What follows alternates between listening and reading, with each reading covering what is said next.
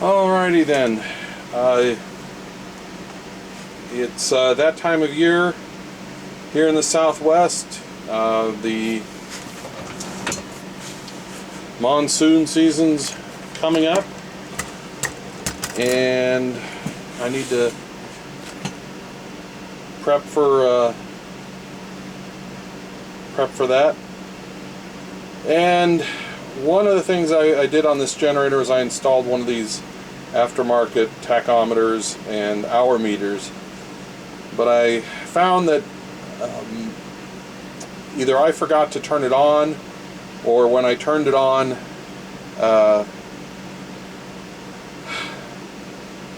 it didn't stay on, and so it's only showing 5.4 hours. There's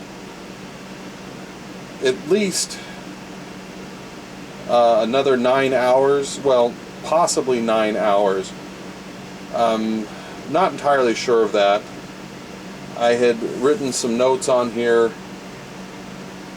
that when I got it, I did a break-in for 5 hours, and it says on the 18th, October of 2018, that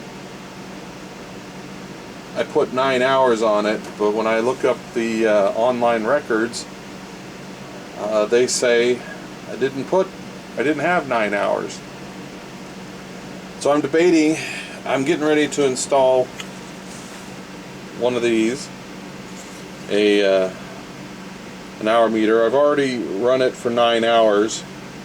I may put another 5.4 hours on it.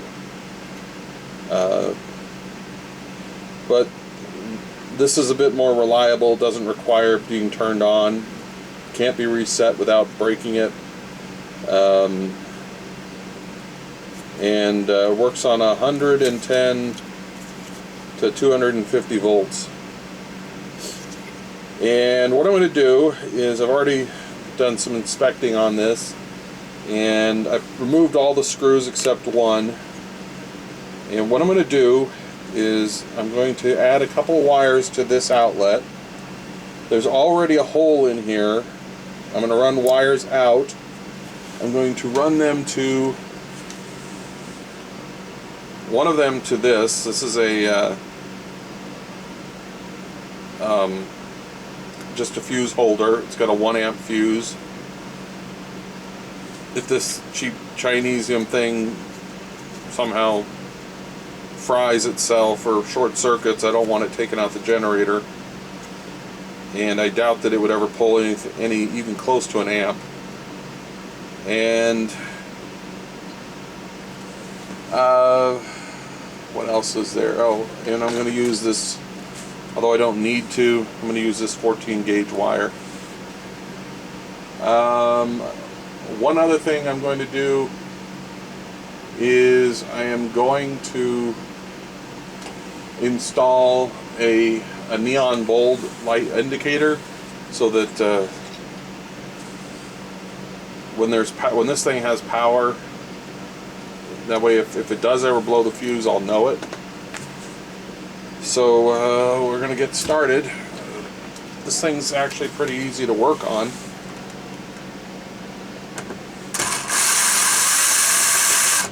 I've already removed all the screws, and you can pull it out. You can't pull it out too far, but I think I can pull it out enough that I can get this off, and I can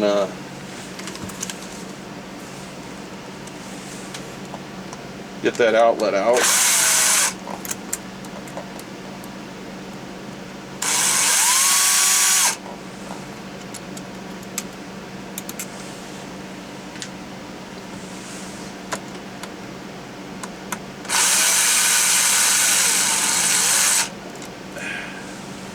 I really do intend on taking care of this thing as best I can, and in order to do that, I really need to have an accurate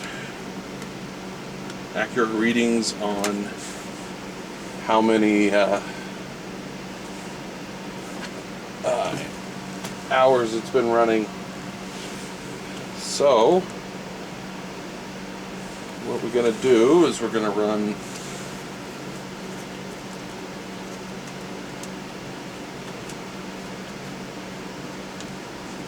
and the polarity on this wire doesn't matter. I bought this for 12 volt jobs, but it'll work for anything, and the polarity doesn't matter. So we need enough to go from here to that hole, and then we're going to go like that.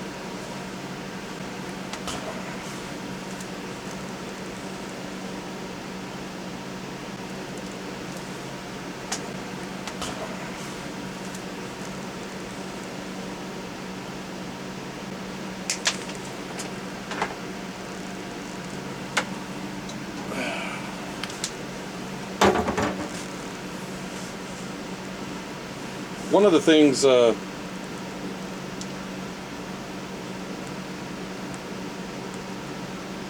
bought, if you've seen the previous videos, I may have done a video on this, is a set of these ratcheting crimpers. Mostly in the past, I've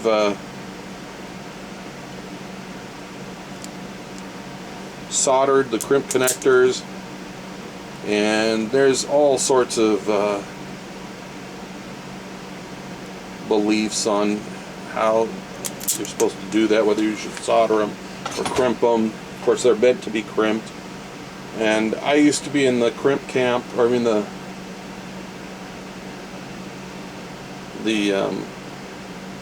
solder camp, because I got tired of the crimps not working. And, you know, of course I learned that that was because I was using those cheap, crappy crimpers that everyone has. And if you don't crimp them pretty much perfectly every time you use them, you end up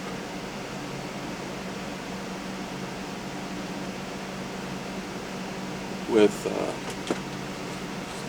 bad crimps that come off. And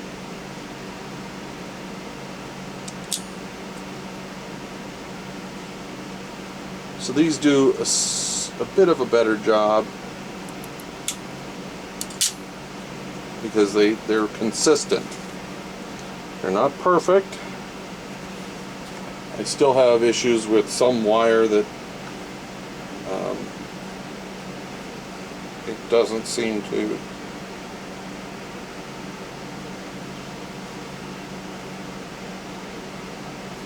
they're marked with a rating of the maximum and minimum size wire you can crimp, and these are blue, and they are for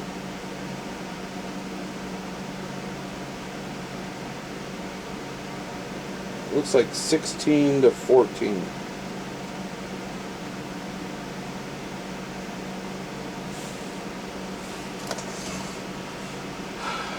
So that's one end.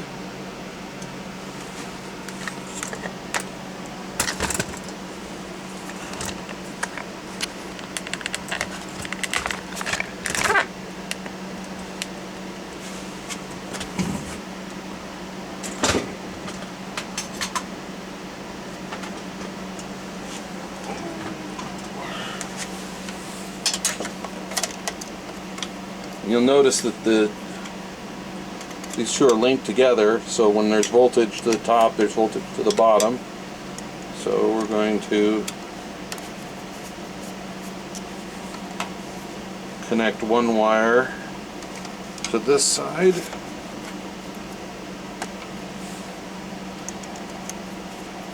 Oh, and this is the point where I make the obligatory, don't try this at home, because You should only do this if you're an expert. I'm not an expert, so I shouldn't be doing this.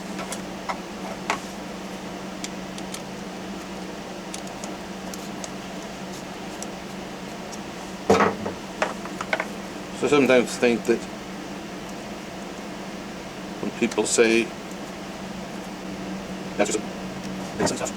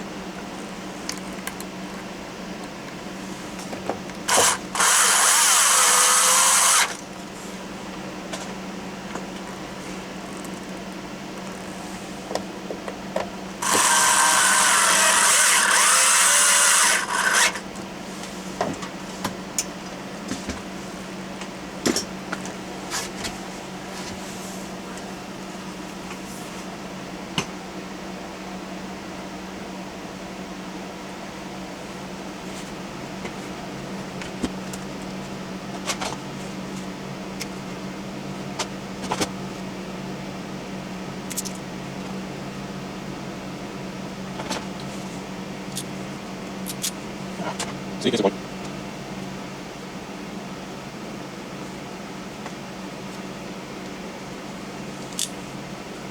So we're going to crimp it in the red one.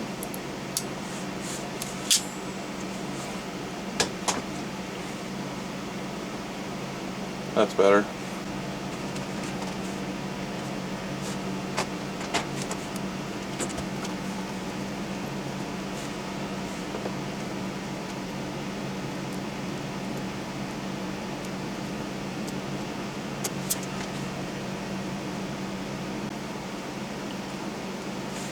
This wire says it's 14 gauge. It sure doesn't feel like it.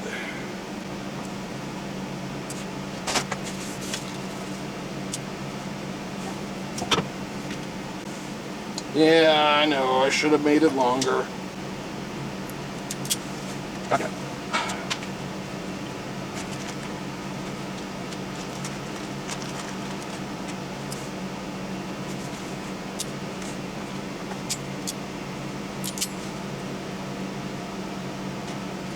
Alright, be right back. Okay.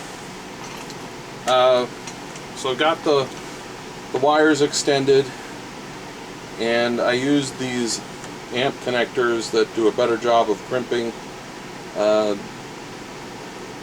I only have spade connectors. I don't have them for the other thing, or the other type. The nice thing about these is that they crimp the wire and they crimp the insulation, and then they also have these nice covers that go over the spade connectors, so that when I install them on here, they will cover up more of the end. So the next thing I have to do is figure out where I'm going to put this, and I think I'm going to put it over here Originally I was going to put it down here, but that's where the oil fill is, and down here. So we're going to go with that. So I'm going to have to make a bracket for that, and I'll come back. Alright. So this is a piece of aluminum I've cut out. I'm going to need to cut a hole in here, drill a hole here for the neon light, and then later on a couple holes for rivets. So, what size is this thing?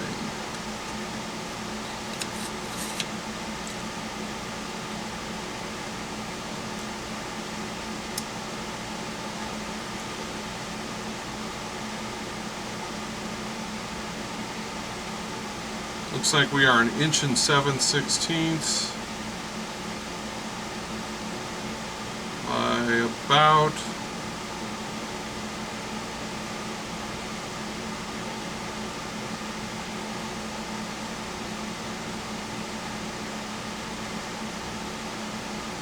15/16.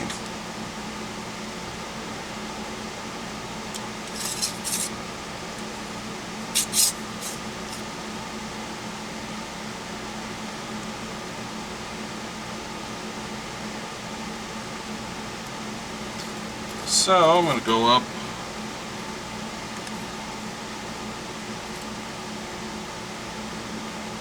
about 3/8 of an inch.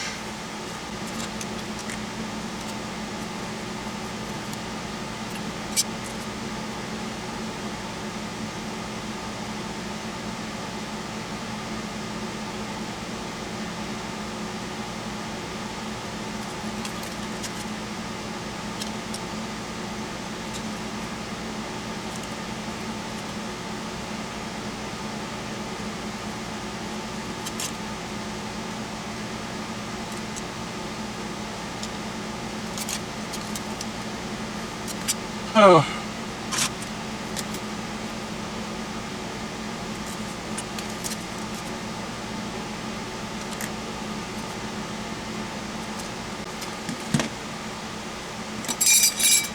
So we're going to start with cutting out this hole, and then I'll just have to nibble away till it fits.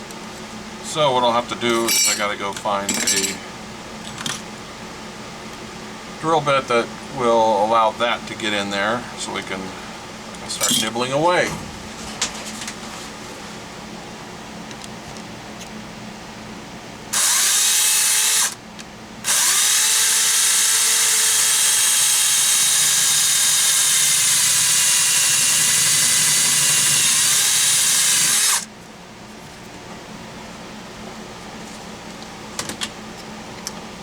And that size was 21/64.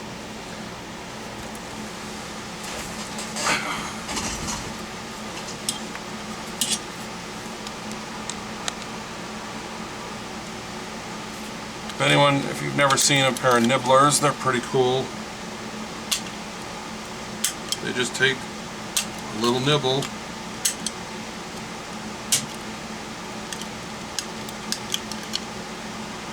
just a tiny little nibble.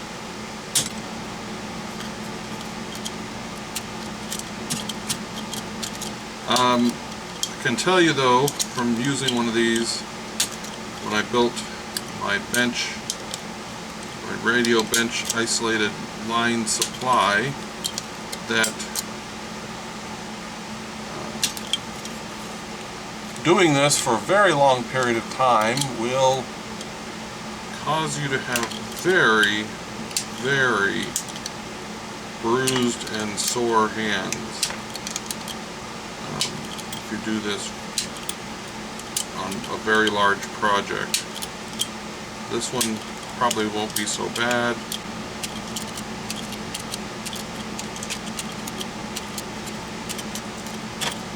pair came from Harbor Freight. I have another pair on my inside shop that came from my dad. I don't know exactly where he got it.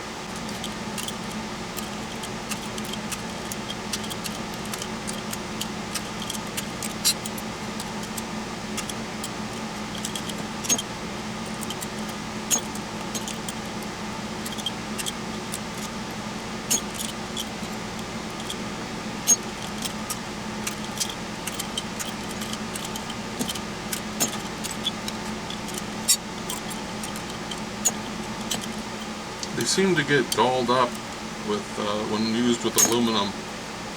Little tiny bits of aluminum start to build up on the blade and it sticks. So occasionally you have to go in and scrape off the aluminum. So let's see, I'm pretty certain this won't fit. It doesn't. We want to take off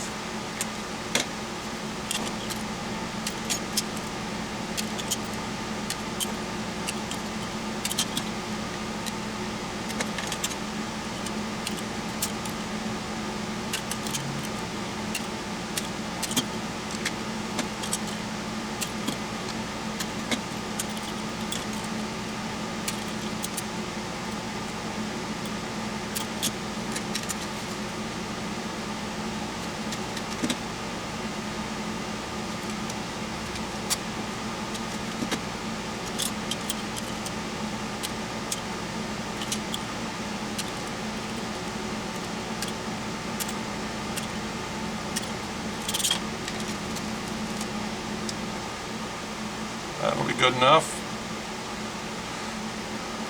Need to drill a hole up in here, and then this goes on here to help hold it in place, but I'm actually going to put a couple of rivets in it